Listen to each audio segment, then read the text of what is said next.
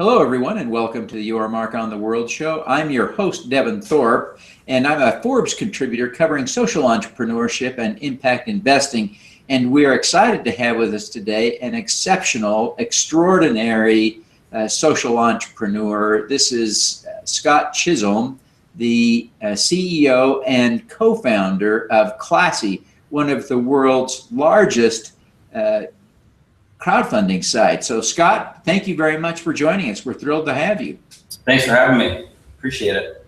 Scot, tell us a little bit about your niche in crowdfunding for nonprofits. So Classy is a technology platform exclusively for nonprofits and social enterprises. And it is a tool that helps them mobilize supporters, raise money, track their impact, and scale their organization. So we work with small startup nonprofits all the way to large billion-dollar social enterprises. Our roots are in peer-to-peer and crowdfunding. We've kind of since expanded beyond that, but the core of the platform is to help these organizations sort of get set up online and add new sources of revenue through crowdfunding and peer-to-peer. But we work exclusively with nonprofits. Well, Scot, this is an exciting space to be playing in. It really is one of my true passions. I've been following your work for a long time, and so it's really fun to have you on the show finally. I want to talk a little bit about some of the tools that you have, because it really, for a lot of people, it comes down to some of the mechanics. You've been at this a long time. You have very sophisticated tools, but when someone is trying to put together a crowdfunding campaign for a nonprofit, one of the things that seems to work well is to put together a team. How does your platform support a team approach for a crowdfunding campaign? Yeah, good question. I think that there's sort of two different things that we talk about when we're looking at overall crowdfunding space and platforms that organizations could use. One is when you're building out a crowdfunding campaign, a lot of the platforms that are out there are one-dimensional, one tier, like a Kickstarter or Indiegogo. So you set up a page. Perfect example. Yeah. With Classy, you can actually make it multi-tier. So you can have team fundraising underneath the campaign, which empowers teams of people to go out and raise money for the cause or the specific project. And then you can have individuals under those teams. So that's sort of one of the big differences. So you sort of get this multi-tiered system going that really allows the organization to empower a group of people outside of just donors to actually get involved, tell their personal story about why they're connected with the cause and why they're involved in the first place, and tap their own friends and family through social media and also through email and even offline to contribute. So it's a great source of new interest. That's super powerful, because one of the things that I've seen is over the years is that's the key to a successful crowdfunding campaign, is to have multiple people really engaged, because one person can only do so much. There's another angle to this, and I wonder if Classy supports this as well. But some people, may be doing a random activity, whether it's a solo bicycle ride from San Francisco to Los Angeles, or running a marathon with 10,000 other people, but they want to add a cause to it. Can they go to Classy and choose a nonprofit and just do a fundraiser for that nonprofit? Yep, they sure can. We work even harder to actually allow our organizations to embed that type of experience onto their own websites, though. So one of the things that we really focus on is being the technology sort of behind the scenes that's powering the experience for the nonprofit, to allow that relationship between the fundraiser, the donor, and the supporter to strengthen over time with that organization. We like our brand sort of in the background. So instead of trying to put all of our marketing dollars into bringing people to our site to then go pick nonprofits, we actually spend more of our time thinking about how our technology can enhance the experience that the nonprofit or the infrastructure and website and web presence that the nonprofit has already established. How can we enhance that with our technology? I think a lot of nonprofits think of online fundraising as having a donate button and an efficient donation process on their website.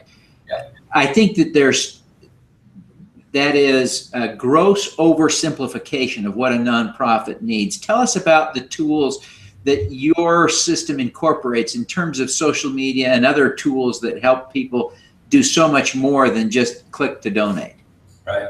Well, I think when it all boils down to, from a fundraising perspective, is relationships, and helping the organization strengthen that relationship. When someone gives money, they're investing in the cause. It's important that the organization doesn't just look at it at a surface level from a transaction online. They follow through with that relationship, and they can actually help strengthen that and grow that relationship over time, so that person will stay connected to the organization. So at a higher level, our organization looks at, or our company, Classy, the technology, it looks at helping the organization acquire new donors through things like crowdfunding campaigns, but also giving them the tools to nurture that relationship over time. So instead of just looking at a surface level and just a donation online, which can be very transactional, and in fact, in the very beginning of online fundraising, it was mainly just a PayPal button on a website. And now it's morphed into something that feels more like the organization's brand, end to end through the initial donation experience. But also what happens after that is equally, if not more important. So it isn't just getting them through a form, it's how do you actually build trust with that person over time, so that they'll give again, support you in a different way, like fundraise or volunteer or whatever, and then you can build up your community that way. Give us a sense of some of those tools. Let's drill down just a little bit on the things that you're doing that build off of but aren't exactly part of the crowdfunding experience. Sure. So when we look at it, we look at our platform in three different ways, or three different sections. One is the fundraising tools that we just talked about. Two is engagement. So that's during a campaign, but also after. Engagement tools would be like email automation or trigger-based email, things like that. So allowing the organization to set up nurture tracks and custom communication with the organizations over time. It's something that we're working really hard on right now. And then the third one is impact. So how do you help them tell the story of where the dollars went and create that feedback loop to the donor?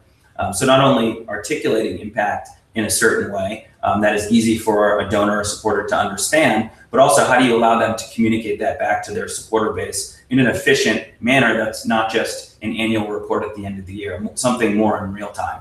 So those are the three things that we sort of look at, the three pillars. Well, it's a very cool combination of tools, and so I appreciate you sharing that with us. Now I want to just take a moment, if you'll be patient with me, Scott, to talk to you personally about some of your experience as a social entrepreneur, because our viewers are really interested in you as much as they are interested in Classy. You have become a real role model as you have built up this very successful business, very well regarded among nonprofits and social entrepreneurs. What I wonder, whenever I meet someone like you who is so successful, making such a big difference, who's become a role model, who do you look up to? Who's your role model? Yeah. Well, first of all, I don't even know if I necessarily look at us as successful quite yet. We have a long way to go, but I appreciate the comments. But I guess when I look at someone that I look up to, a role model, it's going to sound a little cliche, but I always go back to my mom, who was the inspiration for the company in the first place, and the first fundraising event we did here in San Diego for the American Cancer Society, because my mom battled cancer twice, actually, over the course of about 5 years, and did radiation and chemo at the same time. And reason why she's an inspiration is not just because she beat the disease, but sort of how she dealt with it while she was going through. So the perseverance and her ability to restore sort of normality to her friends and family, and allow us to go about our day-to-day lives without a huge amount of disruption, I thought was just unbelievably selfless. And she was able to raise up the whole family and friends, even though she was going through an unbelievably challenging time. And I think we've brought a lot of those traits here to Classy. There's ups and downs in businesses. Every company has it. It's never up and to the right, as TechCrunch and others would pretend to paint it sometimes. There's highs and lows, and I think I learned a lot from her going through that experience. So I always think back on how she dealt with the stress and the unknown when going through that time period, and try to apply some of those same some of that same emotional strength, I think, to some of the things that we go through as a company. I think that's a really great example, and it's interesting to me how often the people I visit with give me the names of their parents as role models, and yet the reasons for doing so are always compelling, and they are kind of unsung heroes. And it's great to have an opportunity for you to recognize your mom today. I appreciate you sharing that personal story. Of course. Now, Scott, you're obviously a capable guy, and you could be doing anything. You've chosen to tackle a field that really yields a lot of benefits to society. You're making a difference in the world. Why do you care about making a difference in the world? Yeah, it's a good question. I think we looked at it as, when we first started the company here in San Diego, it was a really small idea. It was literally just to fundraise for a local organization, the ACS, that I mentioned previously. And then it expanded, and we really started to mobilize and bring together really young millennials here in San Diego to support many, many different causes. And through that experience, we kind of saw the technology and some of the tools that were available to some of these organizations, and just saw a massive, massive gap. And that was the first thing that sort of shined a light on the opportunity for us to help. And it's these organizations face very unique challenges from a fundraising perspective, a sustainability perspective, yet they're working on some of the most innovative solutions to social problems in the world, at a local level, at a national level, at a global level. And what we saw is a gap, not only to help them fundraise, but really to help them run their entire business more efficiently and scale and grow. And by scaling and growing operationally, they can then bring that social solution, the product, the service that they're delivering to market faster and to help more people.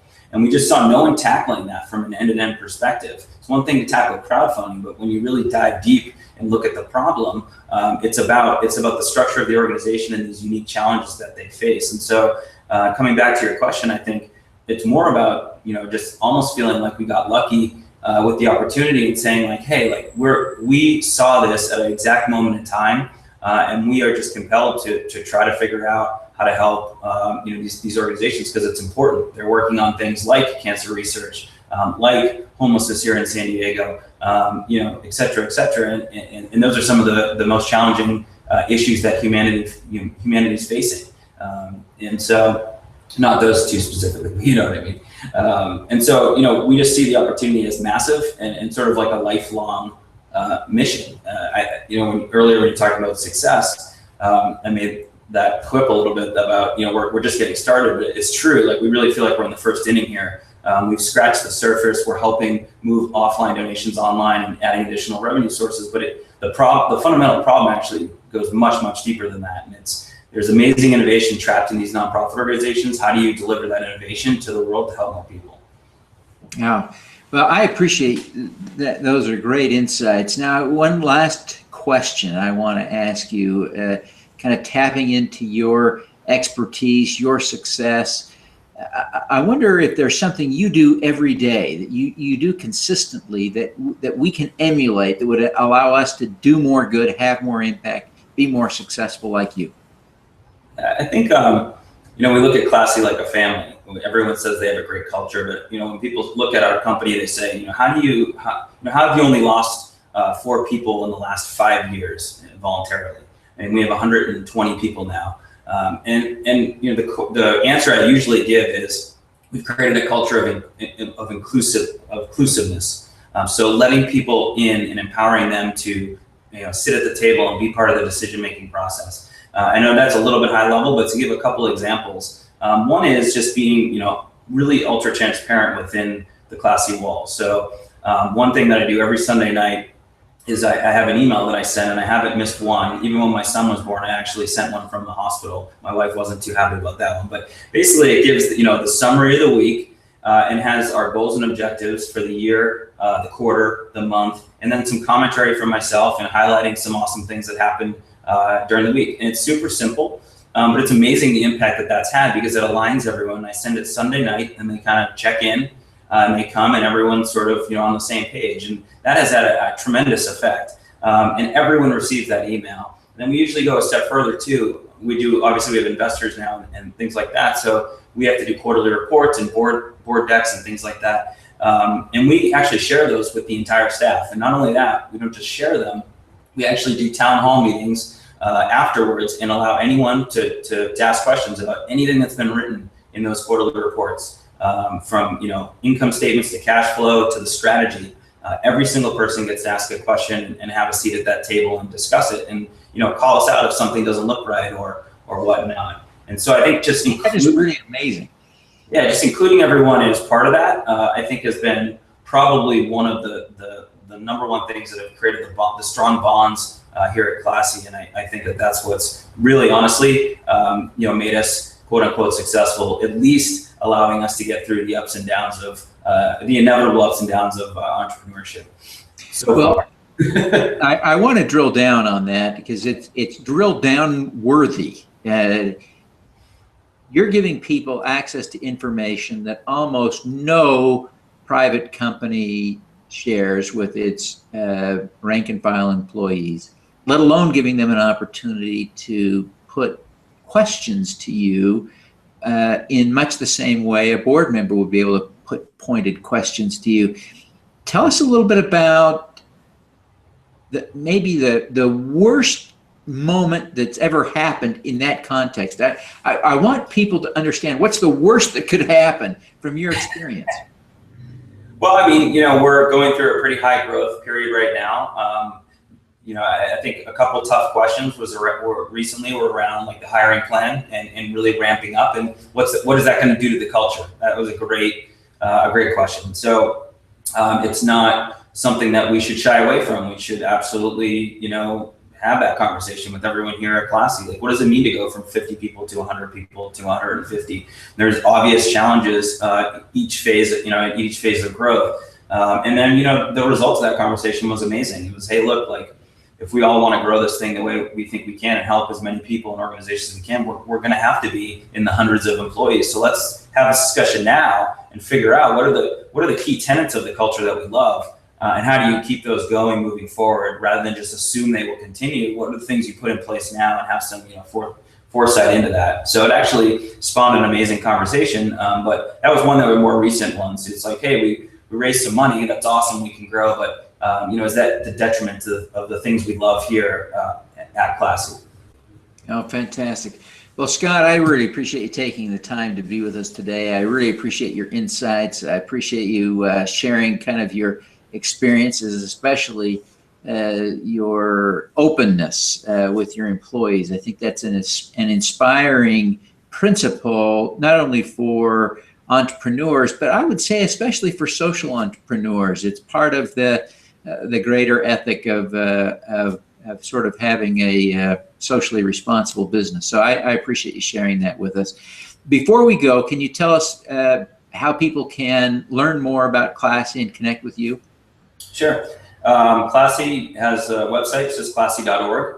Most of the information is right there, and the phone number and email to reach out to our staff is on the website. My own email is just scott@classy.org, Scott with one T. So feel free to reach out to me as well. I'm also on Twitter at just my name. The handle is Scot Chisolm, just one word. And so I think actually that's on the screen too. So feel free to reach out on Twitter too. Fantastic. Well, Scott, thank you very much for joining us. We wish you every success. Thank you for having me. Really appreciate it. All righty. Let's do some good.